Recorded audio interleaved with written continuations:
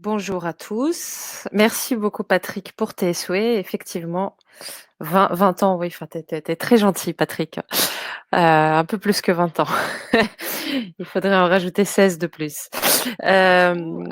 Bonjour L'idée Jean-Paul. aujourd'hui, en fait, c'est de parler de l'état dans lequel se trouve notre société actuelle par rapport à la neurodiversité et quel est l'état des lieux en fait sur l'acceptation. Merci beaucoup Eléa.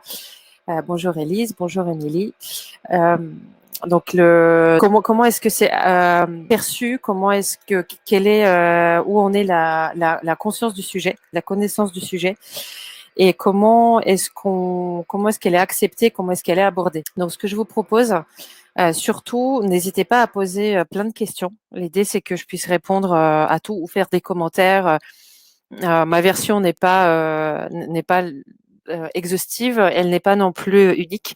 Donc voilà, surtout n'hésitez pas. Donc juste pour vous rappeler le contexte, il y a à peu près 4 ans, enfin pour ma part il y a déjà 5 ans, j'ai démarré le travail avec la neurodiversité à la suite de mes propres diagnostics de troubles du spectre autistique, hypersensibilité et au potentiel intellectuel. Et quand je démarrais ça, en fait, c'était vraiment le néant un petit peu dans la société par rapport à ces sujets. C'était bon, la neurodiversité, le terme, il fallait laisser tomber. Personne n'avait jamais entendu parler, quasiment, sauf les personnes directement concernées. Et puis, par ailleurs, tout simplement, en entreprise, c'était vraiment la différence. Et pour d'autres choses, le handicap invisible, c'est vraiment, ça faisait très très peur et c'était complètement inconnu. Ils ne savent pas trop comment s'y prendre pour la plupart. Sauf ceux qui étaient déjà concernés ou avaient travaillé avec des personnes concernées.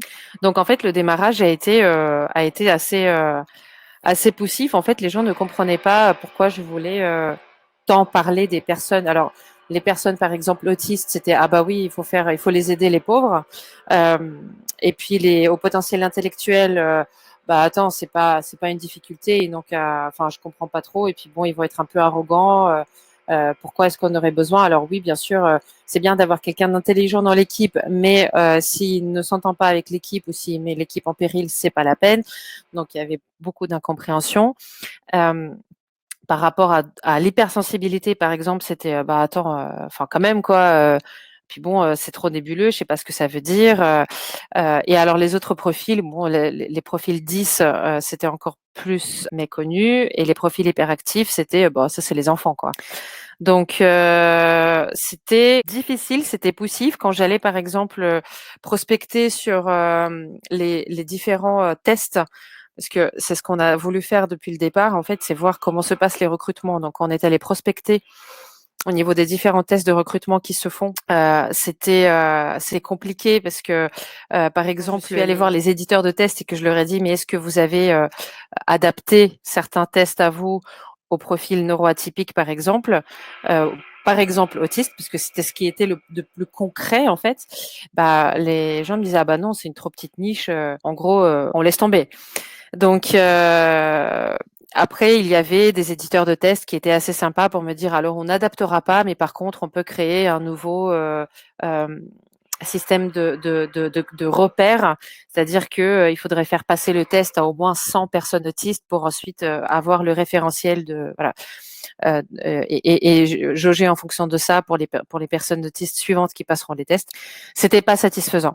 Donc ça, c'était il y a 4 5 ans quand on démarrait, quand je démarrais la prospection sur tous ces sujets-là. Bien sûr, surtout sur l'autisme, il y avait déjà des personnes comme Joseph Chovanec, heureusement qu'il était là. Il y avait Rudy Simone, une américaine qui avait écrit Asperger au féminin, qui moi m'a révélé tout ce monde. Et elle a aussi écrit Asperger au travail et d'autres livres sur le syndrome d'Asperger, qu'on n'appelle plus Asperger, ça on le sait. Mais il y avait donc quelques figures qui étaient connues, qui essayaient de faire passer le message, mais c'était pas suffisant. C'était pas suffisant et moi je suis partie avec l'idée de vraiment rendre ça évident. Notre slogan est venu assez rapidement. Je ne suis pas différent de toi, je suis différent comme toi. C'était une question de comment est-ce qu'on perçoit la différence, que ça soit l'hypersensibilité, l'autisme ou autre chose. Donc, il y a 4-5 ans, c'était compliqué. Alors, Céline, j'ai vu votre question. Non. Alors, avez-vous mené un travail sur les méthodologies de recrutement dans la fonction publique territoriale? J'en suis et jamais je n'ai entendu parler de conscientisation sur ce thème dans la FPT. Alors, j'ai discuté avec par exemple, des RH de mairie.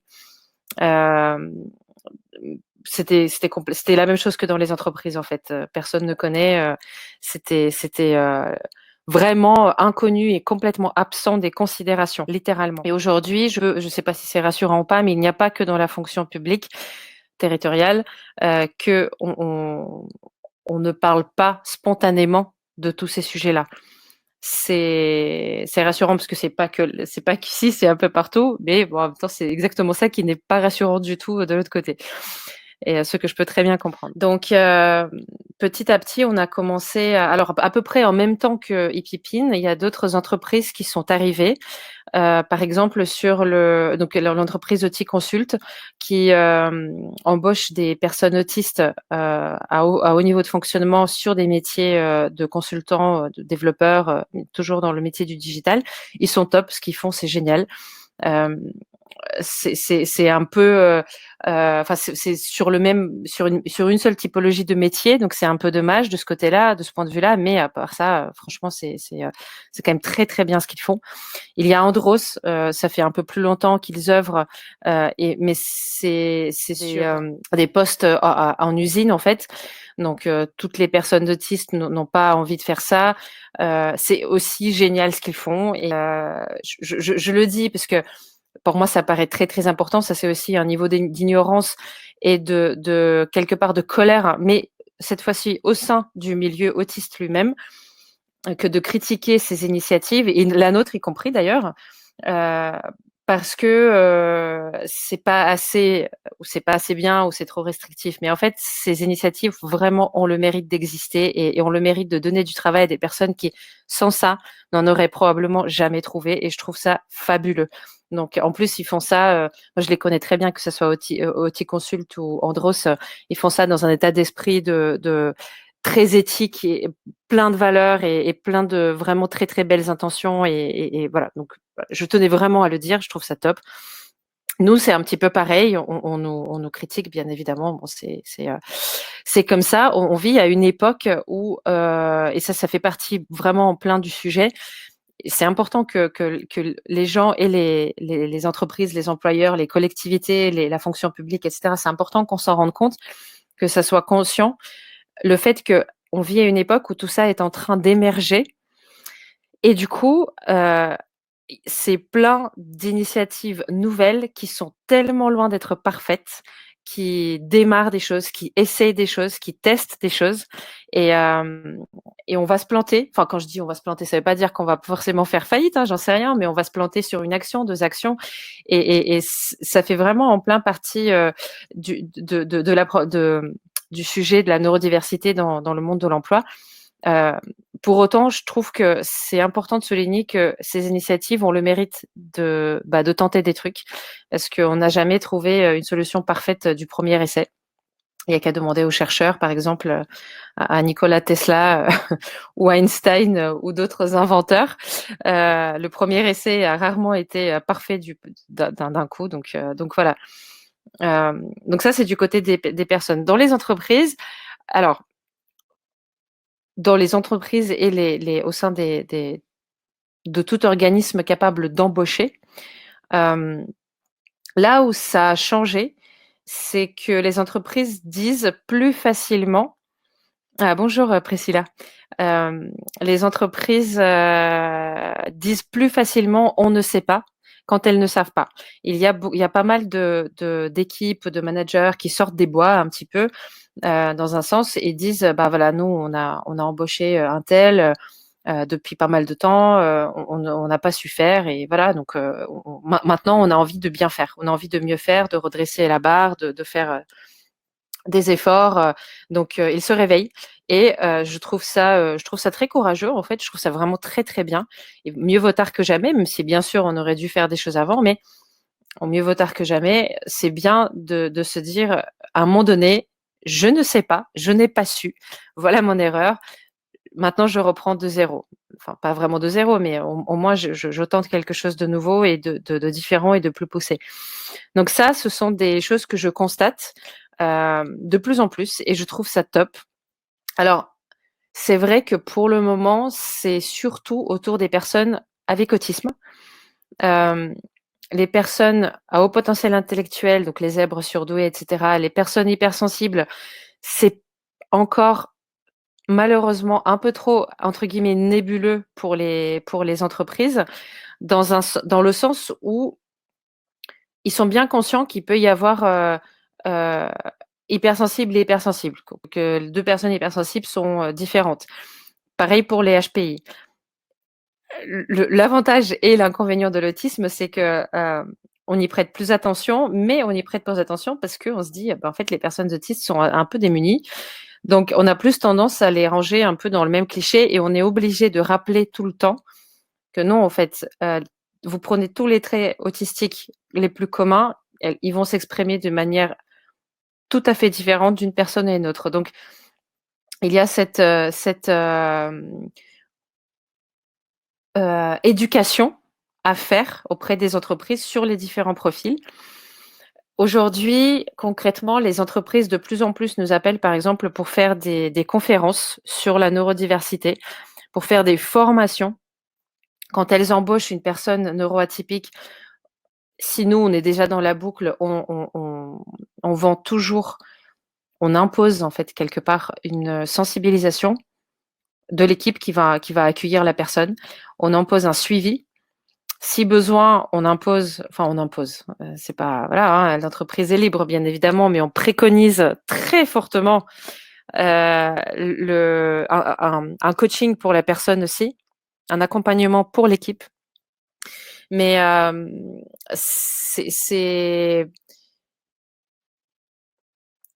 moi, je dirais que idéalement, la situation idéale où il y a plein de personnes neuroatypiques qui sont embauchées et on est parfaitement conscient du fait qu'il faille adapter l'environnement, où la situation idéale peut-être serait un environnement déjà naturellement complètement ouvert et très atypico-friendly.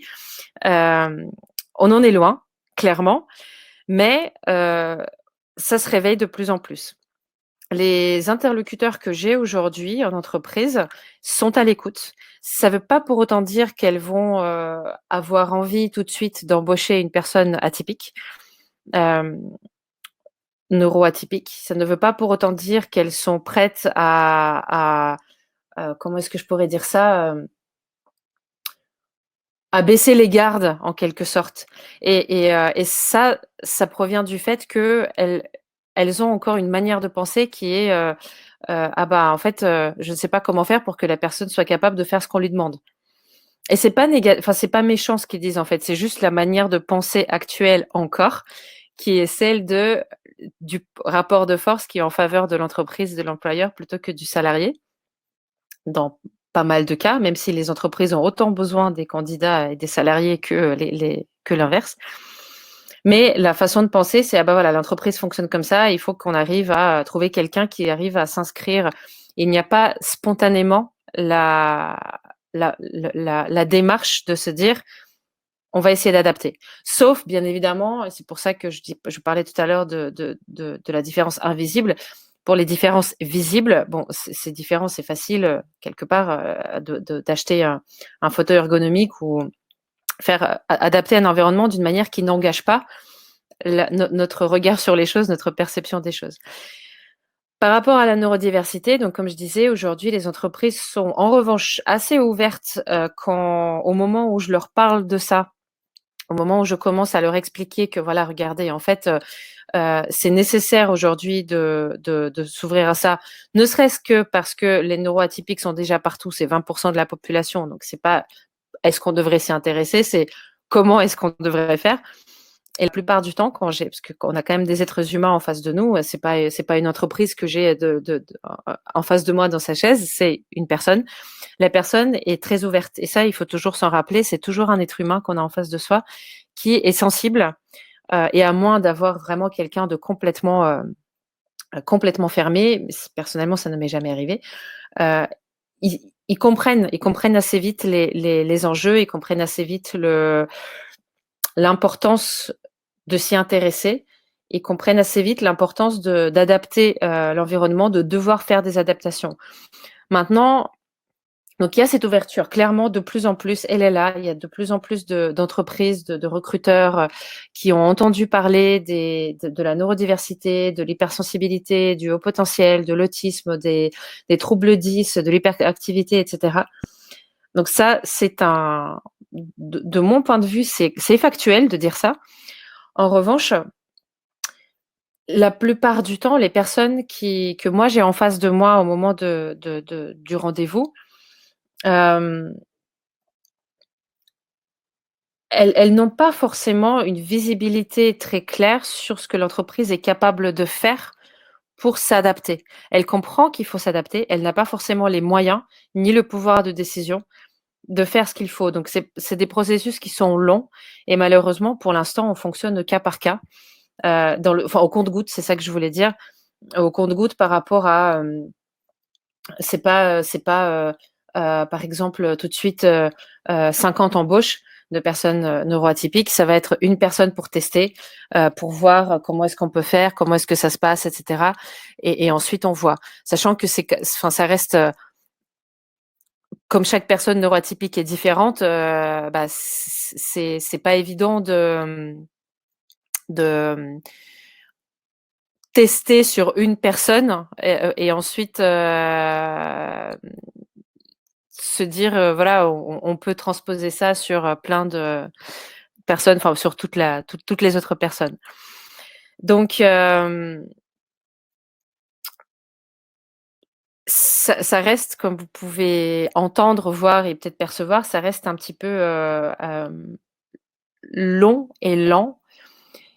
Mais le gros point très positif, c'est que honnêtement, c'est de la part des personnes qui agissent dans les entreprises, j'ai rarement vu de la vraiment mauvaise volonté. Alors après, je ne nie pas du tout les expériences très malheureuses de harcèlement, d'abus, et cetera, de personnes qui ont connu ça et qui connaissent encore ça. Je sais que c'est un fait, ça existe. Hem, Ce que je voulais vous montrer, en fait, c'est que et vous expliquer, c'est que, bah, l'autre pendant existe aussi. Il n'y a pas que ça, il y a aussi des personnes dans les entreprises qui sont extrêmement impliquées, qui ont très envie de faire progresser les choses, ne serait-ce que parce que la plupart du temps, elles sont souvent personnellement concernées. Une personne, par exemple, qui se retrouve à la tête du département diversité de son entreprise, bah, c'est rarement une personne sans cœur, insensible, qui est arrivée avec son costard cravate ou son tailleur et s'est dit: «Ah bah tiens, j'ai tenté les finances pendant 20 ans, je vais essayer de faire un peu de ressources humaines, notamment de la diversité». C'est pas ça en général, c'est souvent des personnes très sensibles qui ont vraiment envie. Donc voilà, j'ai un peu envie de vous faire passer un message d'espoir, tout en restant la plus, factuelle possible sur l'état des lieux, qui n'est pas rose, qui n'est pas idéal, qui progresse lentement. Mais, il faut quand même se rappeler que c'est le début, ça ne fait que quelques années, hem, que vraiment ça émerge, d'une manière assez active. Et c'est important de se rappeler là où on est. Et il y a une personne que vous connaissez très très certainement, qui s'appelle Julie Daché, que j'aime beaucoup et j'adore ce qu'elle fait, j'adore ce qu'elle écrit. Elle m'a dit un jour, elle m'a dit: «En fait, on est des générations sacrifiées». C'est peut-être pas qu'à moi qu'elle a dit, elle a dû peut-être le dire dans d'autres occasions, mais effectivement, on est des générations sacrifiées.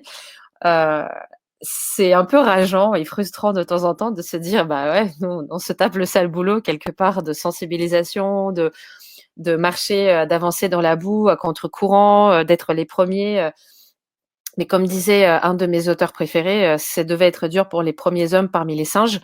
Et ça, c'est sans dénigrer les hommes ni les singes, mais c'est juste pour dire que c'est nouveau, c'est inconnu et ce qui se passe aujourd'hui, c'est les premières étapes. Donc je pense que bon, après on en reparlera dans d'autres webinaires, très largement, mais et c'est pas forcément évident à admettre encore une fois, il y a une part de résilience qu'on gagnerait à développer en nous en se disant: «Bah, en fait, ouais, on est les premiers quoi». Et c'était pire dans les années 70-80. Alors tout à fait, c'est pire dans d'autres pays. Moi, par exemple, je suis d'origine ukrainienne, j'ai grandi là-bas. Honnêtement, heureusement que l'autisme au féminin n'était pas connu quand je grandissais là-bas, parce que je pense que je me serais retrouvée en hôpital psychiatrique. Heureusement que c'était pas connu. Bon, c'est pas que là-bas, mais même aujourd'hui, là-bas, on parle de l'autisme, c'est des clichés horribles. Ça veut pas dire qu'il n'y en a pas, mais les personnes, probablement des personnes autistes comme moi, soit elles ne sont pas au courant, soit elles sont au courant mais se cachent. Euh, et c'est aujourd'hui, on parle de l'autisme uniquement pour les enfants. Donc là, vraiment, on dit que la France a 40 ans de retard, mais alors les pays de l'Est, c'est encore pire. On peut prendre d'autres types de différences qui ont subi des discriminations et qui en subissent encore. Par exemple, l'homosexualité. Il y a quelques années, c'était encore considéré comme une maladie psychique, mentale, comme un vrai désordre. Donc, bon, aujourd'hui, il y a encore des personnes qui le pensent, mais quand même, c'est rentré beaucoup plus dans les dans un courant de pensée, dans un train de pensée, je devrais dire plutôt, où pour beaucoup plus de personnes, c'est normal en fait, c'est ok. Et puis, voilà. Mais voilà, nous, on est les pionniers quoi. On est les pionniers, c'est dur, mais c'est aussi beau parce que on débroussaille le chemin pour les générations futures. Et je pense que les enfants neuroatypiques d'aujourd'hui, bah demain, grâce à ce qu'on est en train de faire nous tous, hein, de la sensibilisation, ne jamais abandonner, essayer de démontrer à son manager qu'on peut le faire, etc. Euh, grâce à tout ça, ça sera plus simple pour eux. Et j'espère que dans quelques temps, je vous referai un webinaire sur l'état des lieux qui sera beaucoup plus optimiste du coup. Enfin, il est déjà optimiste aujourd'hui pour ma part, mais je veux dire où l'état des lieux aura encore progressé, ce sera encore amélioré. Donc, donc voilà, en fait, tout n'est pas rose. Alors, j'avais noté des petits exemples à vous donner, donc notamment les entreprises qui font appel à nous après quelques années de travail avec une personne autiste. Ça, c'est vraiment super. C'est pas facile du tout, puisque l'équipe, enfin les équipes, les personnes, parfois on sont déjà arrivés à un stade où bah, c'est compliqué. On est déjà plein de croyances, on est déjà plein d'habitudes qui ne sont pas forcément très porteuses. Mais c'est mieux que rien. C'est vraiment mieux que rien. Il y a des entreprises qui nous appellent pour dire, écoute, on vient d'embaucher une personne, même pour des stagiaires ou des alternants. Là où avant on disait, ouais, mais en fait un alternant, on dépense déjà plein de sous, on va pas non plus dépenser des sous pour son accompagnement, alors qu'il est autiste ou quoi. Bah aujourd'hui, il y a des entreprises qui le font. Les équipes que j'accompagne pour faire ça, en toute franchise avec vous, je suis obligée pour certaines de leur dire prenez soin de vous aussi, parce que vous en faites énormément pour la personne. Donc c'est très humain, c'est magnifique en fait. C'est vraiment magnifique. On a fait avec une collègue, on a fait une formation, deux formations récemment. Il y a notamment une où on a failli toutes les deux pleurer en fait, parce que le manager de la personne, en l'occurrence, a dit des choses qui étaient très belles, très encourageantes. Et pour autant, il doutait de lui en disant, mais en fait, je sais pas du tout si je suis assez sensible pour pouvoir comprendre mon collègue, mon coéquipier, en fait. Et nous, on a été super émus parce qu'on s'est dit, mais attendez, déjà, vous avez été suffisamment sensible pour l'admettre. Très courageux de dire que vous ne savez pas forcément faire. Vous essayez d'anticiper des potentiels problèmes futurs alors que personne vous le demande. C'est humainement normal, mais professionnellement, personne vous l'a demandé. Donc, en fait, il y a vraiment de très, très belles choses qui se passent et je trouve que c'est très important d'en être conscient, ne pas se fermer les yeux sur toutes les difficultés qu'on rencontre, sur toutes les situations catastrophiques et complètement délétères pour les personnes, pour les équipes, pour les entreprises, etc. Mais c'est tout aussi important de se rappeler qu'il y a des belles choses qui existent, il y a des belles choses qui se font. Il y a plein d'initiatives qui naissent et c'est chouette. Et alors, une dernière chose avant de regarder un petit peu ce que vous avez écrit et de répondre à des questions. Alors, n'hésitez pas, surtout si vous en avez des questions, des commentaires. Je suis la première à être extrêmement méfiante des communications, des initiatives qui se font, qui sont un peu grand public, enfin pas grand public, mais grand format. un peu grande pompe. On va faire un salon machin, une manifestation truc, une campagne de pub, et cetera et cetera et au début, j'étais vraiment extrêmement critique de tout ça parce que je me disais: «Oui, enfin bon, ça va, c'est un one shot, ça coûte rien à l'entreprise de faire ça, elle sensibilise pour se donner bonne conscience, mais en fait, finalement, c'est pas suivi d'action et cetera». Bah, alors plus ça va et plus je suis, consciente de ce qui se passe réellement en entreprise et je vois que non, en fait, c'est pas juste des one shot, c'est pas juste des actions pour se donner bonne conscience ou en tout cas pas tout. Donc je pense qu'on gagnerait vraiment tous à comment dire? Laisser une chance aux entreprises de nous montrer, et quand je dis aux entreprises, c'est, aussi bien enfin, c'est tout type d'employeur, en fait, c'est la société, c'est même le gouvernement, de leur laisser une chance de nous montrer, en fait, qu'ils font des choses, avec une vraie intention derrière. Premièrement. Deuxièmement, par rapport à ça, de plus en plus de personnes, sont de moins en moins de personnes sont dupes. Vous savez, on dit que il faut pas prendre son client pour un con. Bah, en fait, c'est un petit peu pareil dans ce domaine-là. Les entreprises commencent à comprendre qu'elles ne peuvent plus se permettre de faire des choses juste pour la forme. Et vraiment, elles commencent à le comprendre. Et moi, je rencontre aussi énormément de stress et d'angoisse de la part des directeurs de la mission handicap ou des managers, et cetera, qui sont inquiets de est-ce qu'elles arriveront à suffisamment bien faire les choses pour que leurs collègues neuroatypiques ou en situation de handicap ou différents, et cetera, qui font partie d'une diversité quelconque, est-ce que ça sera suffisant pour qu'elles soient mieux, en fait? Donc il y a énormément d'humains.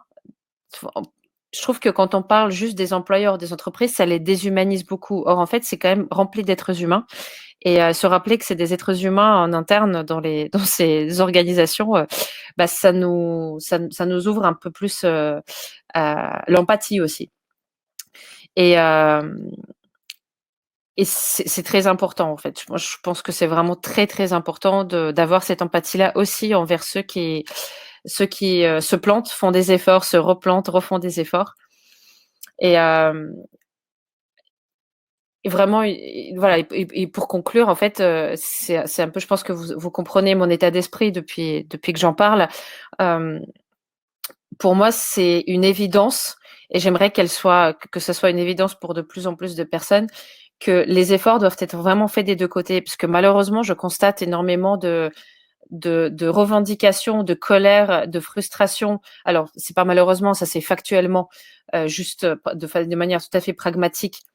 Hem, coucou Cindy, je lirai ton commentaire après aussi. Donc, c'est normal qu'il y ait de la frustration, de la colère, c'est tout à fait légitime et généralement, je pars du fait qu'une émotion, quand elle est là, elle a toute sa raison d'être et il faut surtout pas la réprimer, ni chercher à l'ignorer ou à faire passer, la personne à autre chose, relativise. Non, non, non, non, non, non. On n'est pas du tout là-dedans et de toute façon avec tous les neuroatypiques, c'est pas évident de le faire parce que ça nous revient, dans en pleine face, tôt ou tard. Hem, ce que je veux juste dire, c'est que alors que cette colère est là, alors que cette frustration est là, on peut quand même se dire que si on ne fait que ça, si on ne reste que dans ça, bah, on ne ferait pas non plus avancer les choses et on ne prend pas la responsabilité de notre chemin. Or, prendre cette responsabilité-là, c'est très important. La responsabilité pour moi, c'est une notion qui me tient très, très à cœur puisque prendre sa responsabilité, ça ne veut pas dire, arrêter de chercher à ce que d'autres font des efforts. Par exemple, ça ne veut pas dire, accepter d'une manière aveugle, tout ce que va faire, une autre personne, le gouvernement, une entreprise. Pas du tout, ça veut juste dire que, bah, en fait, moi aussi, j'ai le pouvoir de faire des trucs et si moi je ne les fais pas, bah, c'est pas à eux que je vais pouvoir le reprocher après, quoi. Si je peux, il faut que je fasse et voilà, donc c'est vraiment cette importance qui pour moi est cruciale de garder à l'esprit que tout le monde doit faire des pas vers un mieux-être collectif. Voilà. Alors, Je ne me rends pas bien compte si j'ai dressé un tableau suffisamment clair, ou si je vous ai donné un état des lieux suffisamment clair. Donc surtout, dites-moi, si vous voulez plus de précision, plus de détails, plus d'exemples, dites-moi, je suis complètement à votre écoute et en attendant, je vais regarder un petit peu. Alors merci Patrick pour les liens. Élise, je confirme pour Andros. Oui, enfin voilà, Jean-François Dufresne, qui est l'ancien DG, a un cœur tellement énorme. Je le connais bien personnellement et franchement, c'est merveilleux ce qu'il fait. Il le fait aussi parce qu'il a un fils concerné et il s'en cache pas. Et c'est voilà, c'est très beau quoi. Euh, alors, l'hypersensibilité. Donc, merci Patrick pour les liens. Alors, ce que je vais faire en fait avec ces liens, c'est que je vais les mettre dans le mail qui sera envoyé avec les liens de replay. On va faire ça. Merci Céline également. Alors, super. 1 sur 2 au travail, ça ressemble à quoi? Très bien. J'ai moins de 40 ans et j'ai connu enfant des parents qui cachaient leur enfant autiste. Bah, oui. Alors, pour tout vous dire, en fait, j'ai été diagnostiquée à 30 ans et les paroles que j'avais entendues dans ma famille, c'était d'une manière très très classique. Oui, enfin, t'es autiste comme moi je suis un singe ou arrête, t'exagères, t'as dû t'auto-diagnostiquer, c'est complètement incroyable. Essaye de, c'était quoi le grand truc? Arrête de te poser autant de questions, tu verras, ça ira mieux. Enfin bref, tous ces genres de trucs. Donc, je pense que aussi, en fait, à l'époque quand nous on était enfants, il y avait aussi une grande dominance de la psychanalyse et de la psychiatrie qui culpabilisait beaucoup les mamans, les parents, surtout la mère. Donc, pour une mère, admettre que son enfant a un problème qui est très probablement dû à elle, ça devait être horriblement difficile. Donc, de la même manière, c'est regrettable, c'est triste, et je suis aussi, je fais partie des gens qui en ont souffert. Je relativise ça aussi. Enfin, non, relativiser, c'est pas le bon terme. C'est juste, je comprends. Voilà, je comprends parce que bah, ma mère, quand elle l'a appris, par exemple, je pense que ça devait être horriblement difficile pour elle d'admettre que elle ne l'a pas vu plus tôt, qu'elle n'a pas considéré la souffrance de son enfant plus tôt, etc., etc. Donc voilà, génération sacrifiée en plein dedans, mais génération de parents sacrifiés aussi parce que bah ça devait être très très dur pour eux. Le harcèlement scolaire dans les années 70-80, ah bah oui, oui, bah il y a encore beaucoup de harcèlement scolaire maintenant. C'est vrai que ça, bon, je suis moins en contact des établissements scolaires, même si forcément on est mis au courant de l'actualité et puis bon, il y a beaucoup de vidéos, de liens qui circulent, d'articles aussi sur les incidents malheureux d'enfants neuroatypiques qui soit se suicident, soit sont hyper malheureux. C'est horrible, hein. Clairement, je trouve que les générations de ces petits, c'est justement les générations qui vont changer les choses. Euh, Peut-être que nous, on contribue à les changer aussi. Quand je dis nous, c'est notre génération. Et pour eux, à l'âge ado, à l'âge adulte, ce sera déjà différent.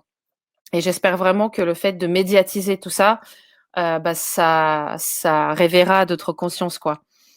Euh, Parfois, il faut afficher pour permettre de drainer les équipes dans une politique d'entreprise assumée. Alors, qu'est-ce que vous voulez dire, Céline, par afficher? Je pense comprendre, mais je veux juste être sûre que j'ai pas mal interprété.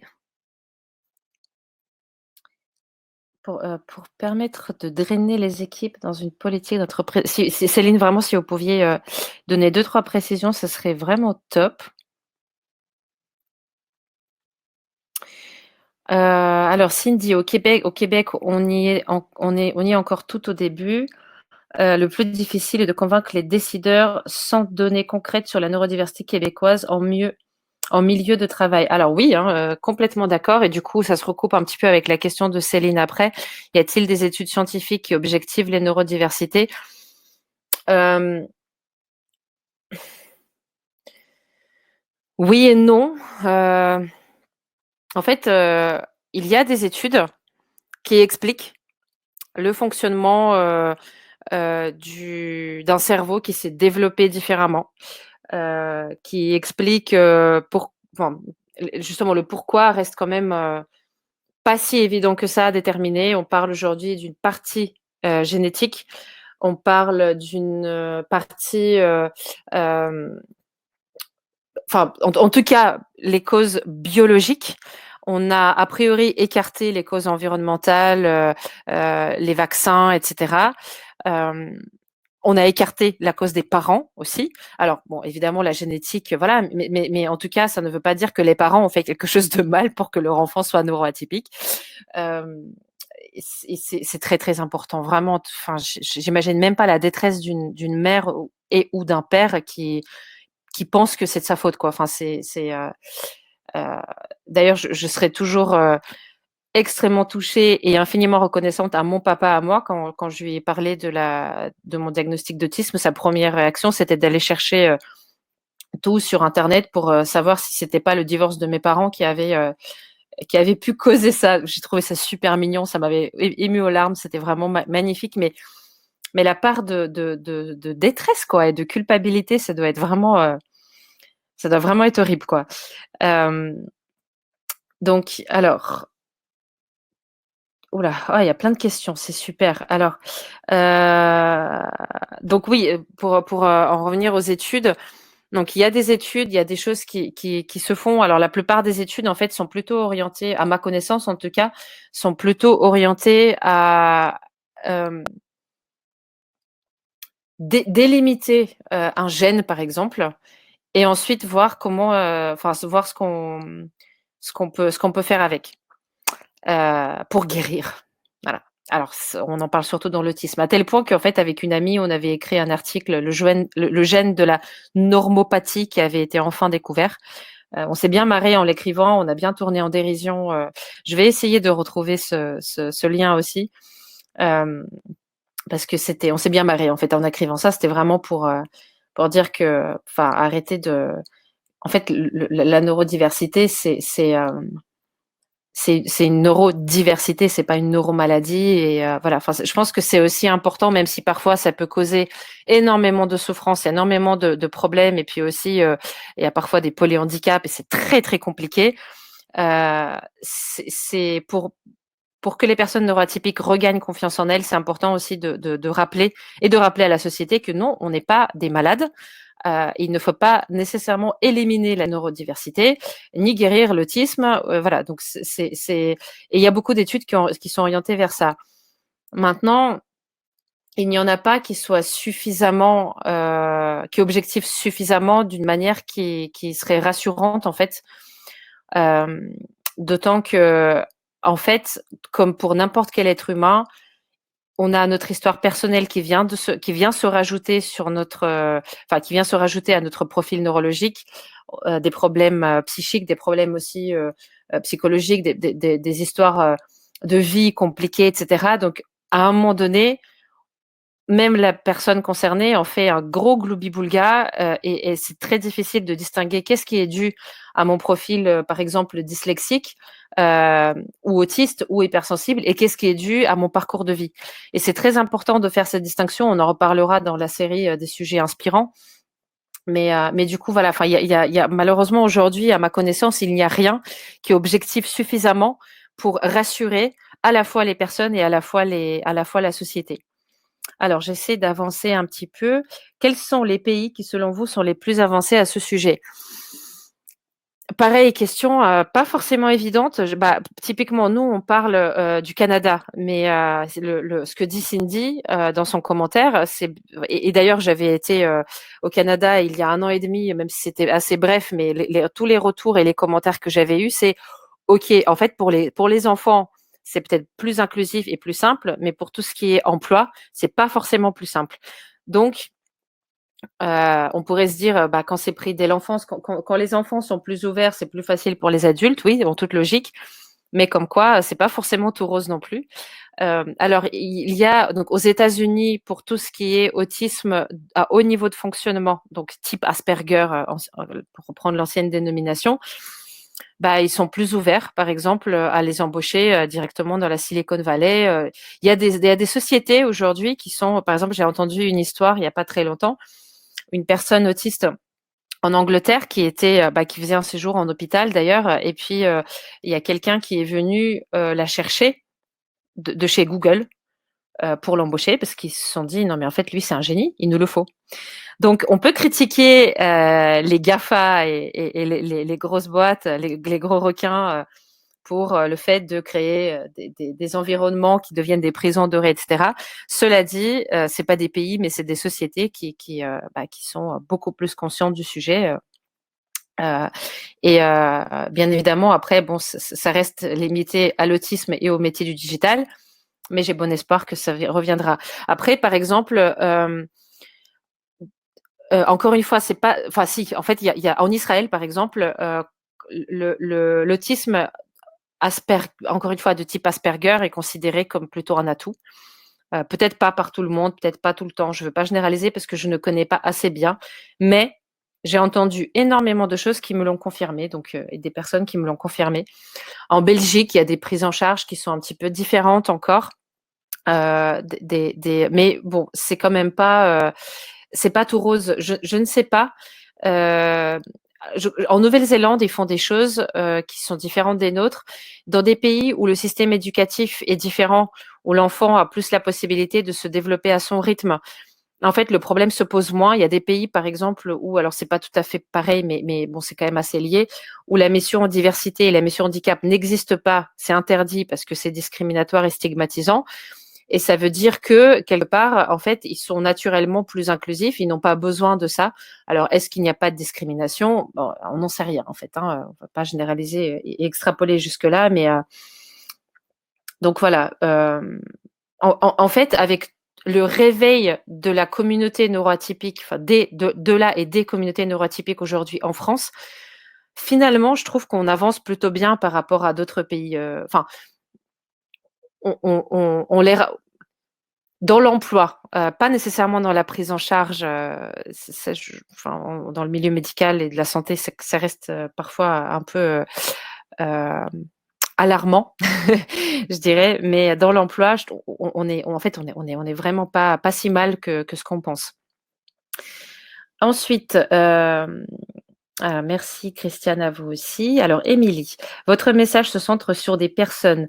J'aime à penser que les situations sont tout autant importantes et qu'on peut agir dessus également. Une personne autiste ne manifeste pas son autisme de la même manière dans toutes les situations, avec toutes les équipes de travail. Ah, merci, tout à fait. Alors vraiment, je suis complètement d'accord. Euh, En fait, dans toutes les présentations que je fais aux entreprises, typiquement, j'ai une slide, enfin j'ai même plusieurs, mais il y en a une qui dit ça, pas texto, mais presque, où je dis en fait que vous prenez toutes les caractéristiques de n'importe quel profil de la neurodiversité.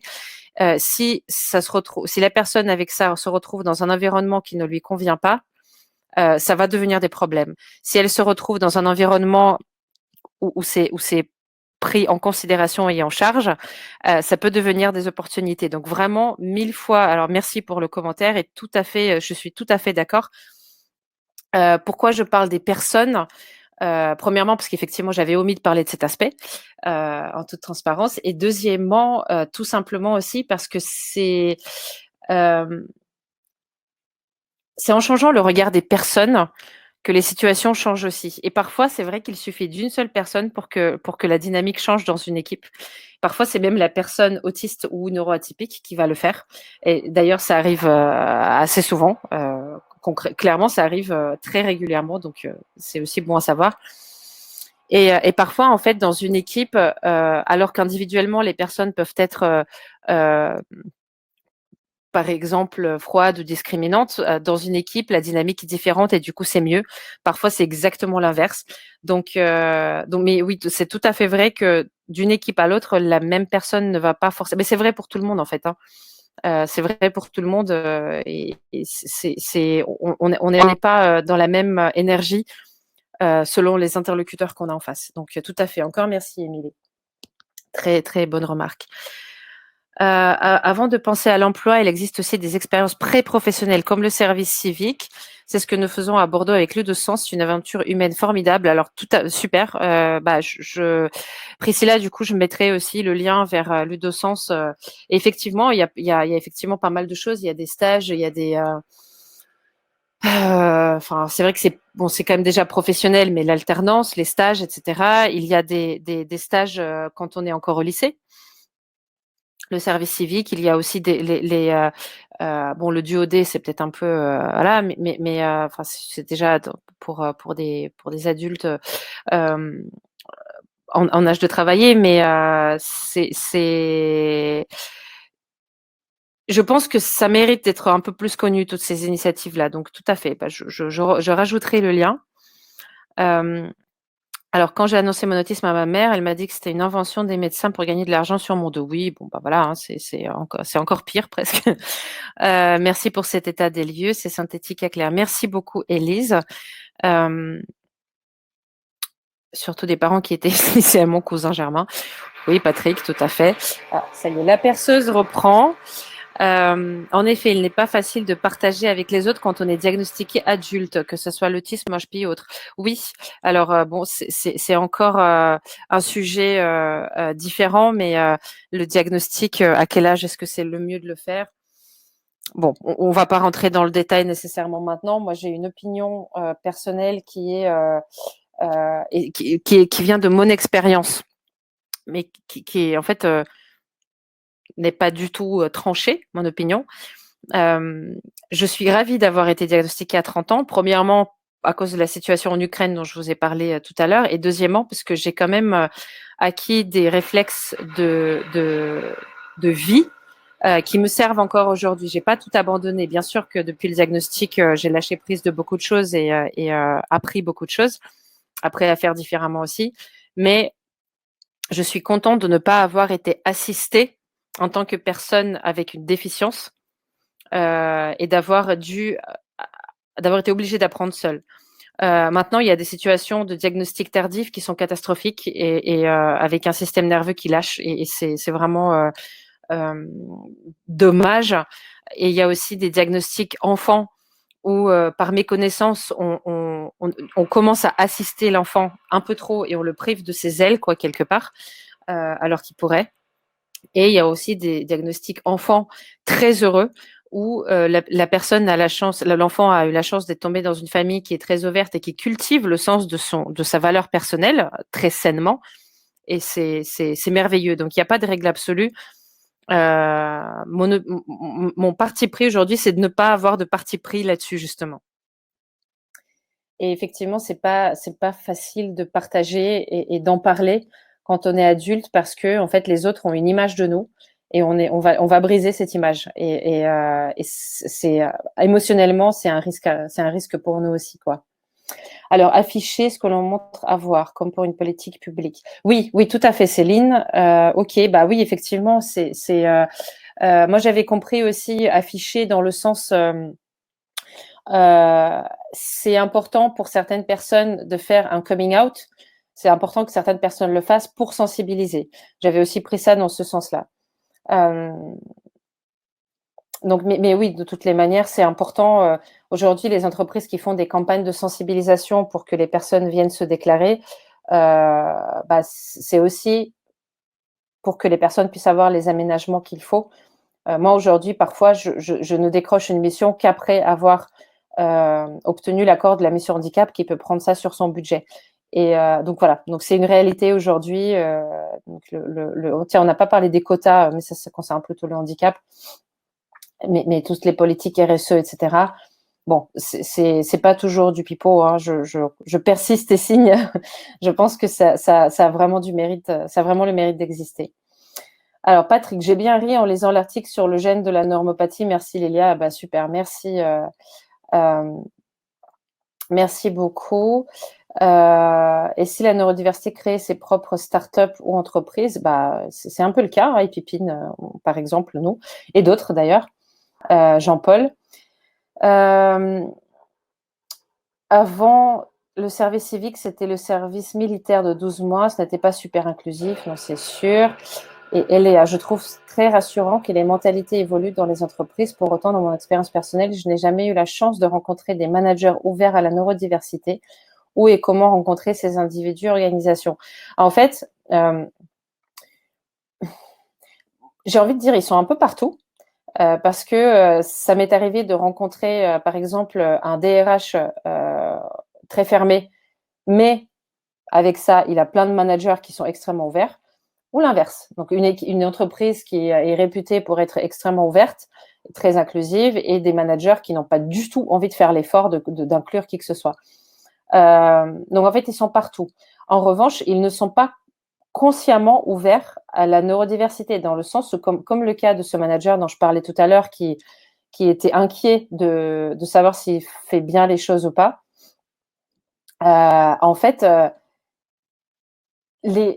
alors aussi bien les entreprises, les équipes et les personnes les plus inclusives, les moins discriminatrices, et qui sont capables de créer un climat, le climat le plus favorable, c'est celles qui ne se posent pas la question de la différence de l'autre. Et ça, c'est assez fabuleux parce qu'une entreprise qui me dit aujourd'hui, oui, on a une forte politique diversité depuis 15 ans, je m'en méfie. Ça ne veut pas forcément dire que ça va être mauvais, mais ça peut, parce que une politique diversité ou en handicap depuis 15 ans, bah, ça veut dire que on est finalement sur des rails et qu'on aura probablement du mal à en sortir. Alors qu'une entreprise qui me dit, écoutez, nous, on est au tout début, on ne sait pas du tout comment faire, et par contre, on a besoin de vous. Bah, en fait, la plupart du temps, ces entreprises-là, quand je regarde un peu et quand je fais entre guillemets un diagnostic, c'est complètement informel, mais c'est ce que je veux dire surtout, c'est quand je regarde et que j'observe, bah, je me dis, en fait, je mets un neuroatypique ici, je suis beaucoup plus tranquille que chez le gars d'en face qui a la politique inclusion depuis 15 ans, quoi. Donc, il n'y a pas, il y a pas de règle, il y a pas de règle absolue là-dessus. Et vraiment, je pense que ces managers sont un petit peu partout. Et c'est ceux qui, encore une fois, se posent le moins la question et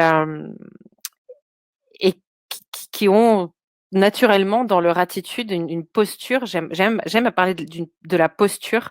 Les coachs se reconnaîtront s'il y en a aujourd'hui. C'est une posture d'ouverture, une posture d'accueil, d'écoute de l'autre tel qu'il est. Et ça, c'est ce que, par exemple, j'essaie de développer dans mes interventions dans les entreprises. On travaille beaucoup sur la posture parce que, à mon sens, à partir du moment où la posture est là, n'importe quelle méthode peut marcher. Mais si la posture n'est pas là, aucune méthode ne marchera d'une manière durable. Donc ça, pour le coup, c'est une vraie croyance de ma part. Alors, Patrick, tant que la neuroatypicité sera présentée comme un handicap, les neuroatypiques rencontreront de la réticence sur le marché du travail. Le handicap n'est pas vendeur, que ce soit sur le marché du travail ou ailleurs. Je suis complètement d'accord. J'irai, enfin, complètement d'accord. Je sais pas.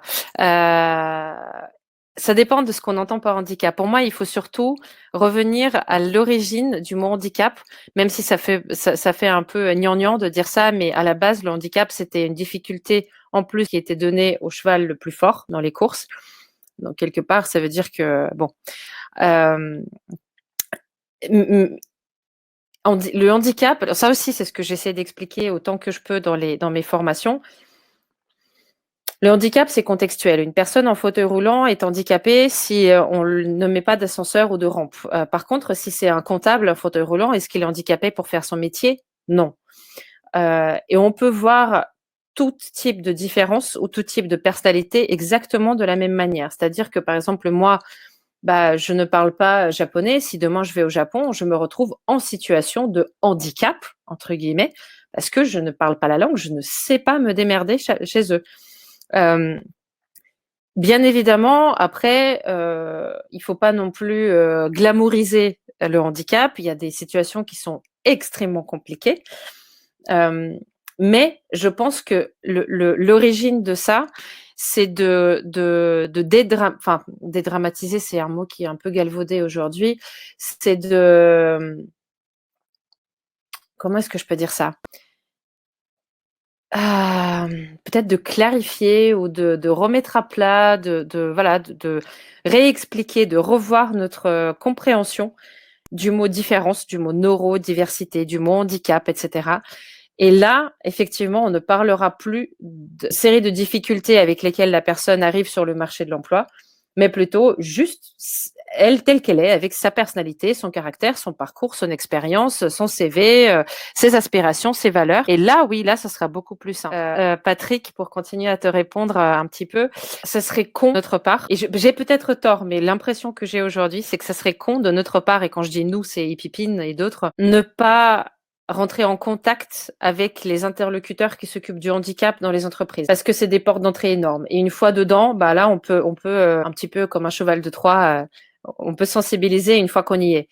Mais si on refuse tout en bloc, là, on n'y arrivera jamais en fait. Donc voilà, pour moi aujourd'hui, c'est comme ça que je procède. Je ne clame pas. Tiens, je vais vous parler du handicap qu'est la neurodiversité. Alors pas du tout. Sur notre site, dans nos présentations, on ne verra pas le mot handicap, ou alors peut-être dans un contexte mais extrêmement précis. Par contre, quand les entreprises nous y amènent, on prend, on ne plonge pas dedans les yeux fermés. Merci beaucoup Séverine, et Céline et tous ceux qui doivent partir. Merci beaucoup pour votre présence. Je vais devoir y aller aussi parce que j'ai un rendez-vous dans 5 minutes.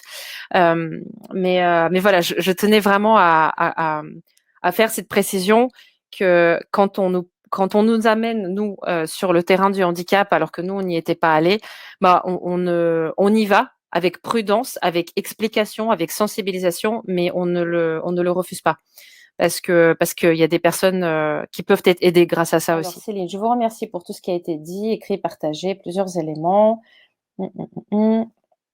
Merci beaucoup. Alors vraiment un grand merci aussi pour toutes vos participations. C'est vraiment chouette. Je suis tellement ravie d'avoir lancé ces webinaires. Pour moi c'est un bol d'air, et je suis vraiment reconnaissante pour votre participation.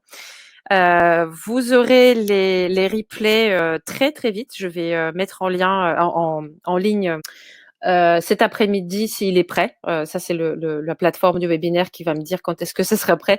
Au pire des cas, ça sera lundi. Et voilà. Merci. Et puis voilà, n'hésitez pas à partager les replays également. Tout est gratuit. Voilà. Un très bon vendredi et un bon week-end aussi.